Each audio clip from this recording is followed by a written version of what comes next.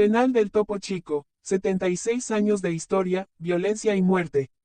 Monterrey, Nuevo León. Durante 76 años existió un lugar que se convirtió en uno de los sitios más oscuros de la historia reciente del estado. Un lugar que comenzó con la intención de ser una prisión moderna y alejada de la ciudad.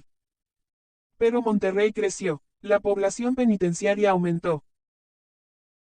Y con el paso de las décadas, aquel lugar terminó rodeado por la misma ciudad que originalmente se encontraba lejos de sus muros. Motines, asesinatos, fugas, extorsiones, crimen organizado, autogobierno. Y una de las peores masacres ocurridas dentro de una prisión mexicana.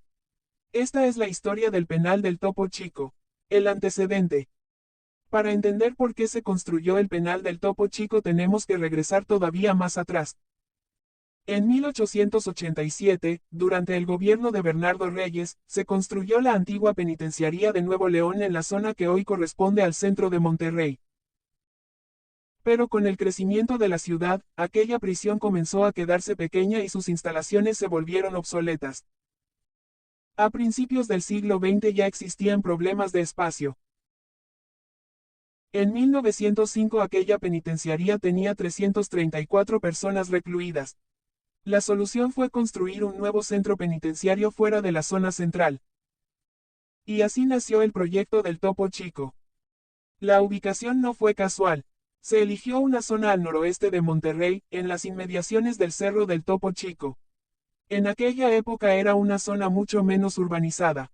La idea era tener una prisión alejada del centro de la ciudad. Pero nadie podía imaginar cuánto crecería Monterrey durante las siguientes décadas. 1943, abren las puertas. El 3 de octubre de 1943, durante el gobierno del general Bonifacio Salinas Leal, comenzó oficialmente la historia del penal del Topo Chico. El edificio había sido pensado para aproximadamente 600 internos. En ese momento, la cifra parecía suficiente. La prisión representaba una solución al problema de la antigua penitenciaría. Pero también tenía una característica que con el tiempo se convertiría en uno de sus mayores problemas. Su diseño no estaba pensado para el tipo de población penitenciaria que tendría décadas después. En 1943 la mayor parte de los internos eran personas procesadas o condenadas por delitos del fuero común.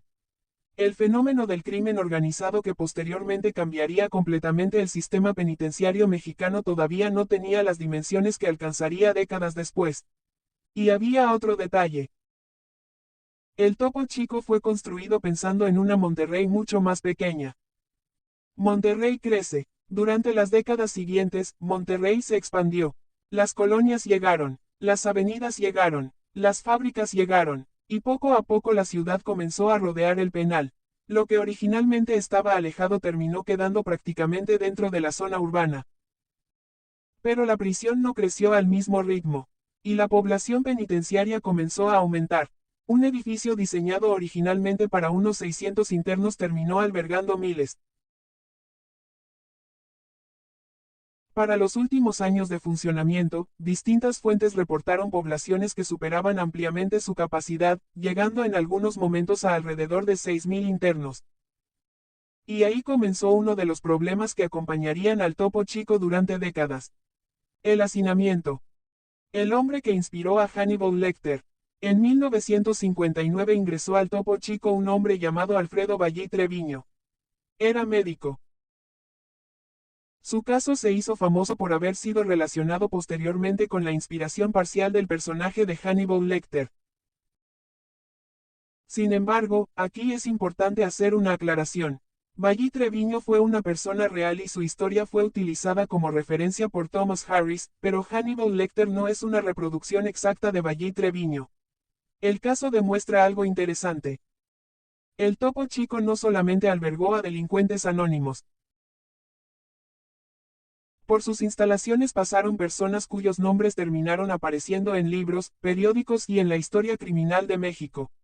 1980, el motín que cambió la historia del penal. El 27 de marzo de 1980 ocurrió uno de los acontecimientos más importantes de la historia del Topo Chico. Un grupo de internos tomó el control de una parte del penal. Entre los protagonistas estaban internos identificados como Rodrigo Alcalá López, conocido como El Huevo, y Carlos López Atencio, el cubano. Los internos lograron desarmar a un custodio. Después tomaron como rehenes al director del penal, Alfonso Domene Flor Milán. También fueron retenidas 3 de sus secretarias. Los internos intentaron utilizar la situación para negociar con las autoridades. Incluso se pidió la intervención de un intermediario. El periodista Gilberto Marcos participó en las negociaciones. Pero había un problema. El director ya había sido asesinado. Las autoridades inicialmente no conocían toda la magnitud de lo ocurrido. Cuando las secretarias fueron liberadas, revelaron que Domene ya había muerto. Finalmente las fuerzas de seguridad entraron. El motín terminó con varios internos muertos. Y el director Alfonso Domene pasó a formar parte de la historia negra del Topo Chico. 2008, una nueva época. Durante los primeros años del siglo XXI la situación comenzó a cambiar. México entró en una etapa de creciente violencia relacionada con el crimen organizado. Y las prisiones también comenzaron a convertirse en escenarios de disputa. En 2008 ocurrió otro motín en el Topo Chico. 2 grupos delictivos se enfrentaron por el control interno. El resultado fue un custodio herido por arma de fuego y alrededor de 30 internos lesionados. Ya no se trataba solamente de una prisión con problemas de disciplina. El crimen organizado comenzaba a tener una presencia mucho más fuerte dentro de los centros penitenciarios. Y Topo Chico sería uno de los ejemplos más graves. 2010, la violencia sale de los muros. En diciembre de 2010 ocurrió un episodio que mostró hasta qué punto la violencia podía alcanzar a los internos incluso fuera del penal. Una mujer conocida como La Pelirroja, relacionada con actividades de secuestro, fue trasladada a recibir atención médica. Durante el traslado fue interceptada por un grupo armado. La mujer fue secuestrada. Posteriormente apareció asesinada y colgada de un puente. El mensaje era claro. Estar dentro de una prisión no necesariamente significaba estar fuera del alcance de los grupos criminales. 2011. Asesinan al zar de la piratería. En enero de 2011 fue asesinado dentro del Topo Chico Gabriel Ayala Romero, conocido como El Gabi. Era señalado como integrante de los Zetas y conocido por actividades relacionadas con la piratería. Su asesinato fue otro indicio del nivel de violencia que comenzaba a existir dentro del penal. Pero apenas un mes después ocurrió algo todavía más preocupante. Asesinan al jefe de seguridad. En febrero de 2011 fue asesinado Francisco Martínez Ramírez, jefe de seguridad del penal del Topo Chico. Cuando el responsable de la seguridad de una prisión puede ser asesinado, la pregunta deja de ser solamente ¿qué tan peligrosos son los internos? Y comienza a ser ¿quién tiene realmente el control? 2012, el túnel. Los problemas continuaron. Las autoridades descubrieron un túnel relacionado con un intento de fuga. Los túneles se convirtieron en otro símbolo de los problemas de seguridad que enfrentaba el penal. Para entonces, el Topo Chico ya tenía una reputación que iba mucho más allá de Monterrey. Era conocido por su sobrepoblación, violencia, fugas y problemas de control. El autogobierno. Y llegamos a una palabra fundamental para entender lo que ocurrió después. Autogobierno. El término describe una situación en la que determinados grupos de internos llegan a ejercer un poder que debería corresponder exclusivamente a las autoridades. La CNDH documentó en Topo Chico problemas de autogobierno, privilegios, objetos y sustancias prohibidas, hacinamiento y falta de personal. Eso significa que dentro del penal existían grupos capaces de establecer sus propias reglas y controlar determinadas actividades y espacios. Y entonces ocurrió algo que parecía imposible. Dentro de una prisión comenzaron a existir privilegios que muchos ciudadanos ni siquiera podían imaginar. Después del gran motín de 2016 se encontraron televisores, refrigeradores, pantallas, objetos prohibidos y hasta instalaciones tipo sauna en algunas áreas. Mientras unos internos vivían en condiciones de hacinamiento. Otros tenían privilegios, y esa desigualdad fue uno de los ingredientes que alimentaron la violencia. 10 de febrero de 2016. Llegamos a la noche más sangrienta de la historia del Topo Chico. 10 de febrero de 2016. Aproximadamente entre las 11:30 de la noche y las 11:50 de la noche comenzó un enfrentamiento entre grupos antagónicos. Los principales nombres que aparecieron fueron Juan Pedro Saldívar Farías, el Z27, y Jorge Iván Hernández Cantú, el Credo. Ambos estaban relacionados con estructuras del crimen organizado y disputaban el control de actividades dentro del penal. El enfrentamiento comenzó en el área conocida como Ambulatorio C. Los internos utilizaron armas improvisadas, cuchillos, navajas, puntas, martillos, palos, baits, barras metálicas, y entonces comenzó un incendio. El fuego alcanzó áreas del penal, incluyendo bodegas de alimentos. La situación se salió completamente de control. 3.984 internos y 49 custodios. Hay una cifra que explica por qué aquella noche fue tan difícil de controlar. Cuando comenzó el primer motín, había aproximadamente 3.984 internos, incluidas unas 480 mujeres, y en servicio había solamente 49 elementos de seguridad y custodia. La CNDH concluyó posteriormente que las autoridades no habían tomado las medidas necesarias para garantizar la seguridad de los internos. En otras palabras, decenas de custodios tenían que controlar a miles de personas dentro de un complejo penitenciario enorme. Y algunos de los internos estaban armados. 49 muertos. El resultado fue devastador. 49 internos murieron. Además, decenas resultaron heridas. El primer motín quedó registrado como uno de los episodios más mortíferos ocurridos dentro de una prisión mexicana. La CNDH documentó específicamente 49 fallecidos durante el primer evento. Y aquí existe una confusión frecuente. Algunas primeras noticias hablaron de 52 muertos, pero esos 52 corresponden a la suma de 49 muertos en febrero, más 3 muertos en junio. La propia CNDH contabilizó 52 fallecidos en los dos eventos de 2016. Lo que descubrieron después, cuando las autoridades finalmente recuperaron el control, comenzaron las inspecciones. Y lo que encontraron reveló la profundidad del problema.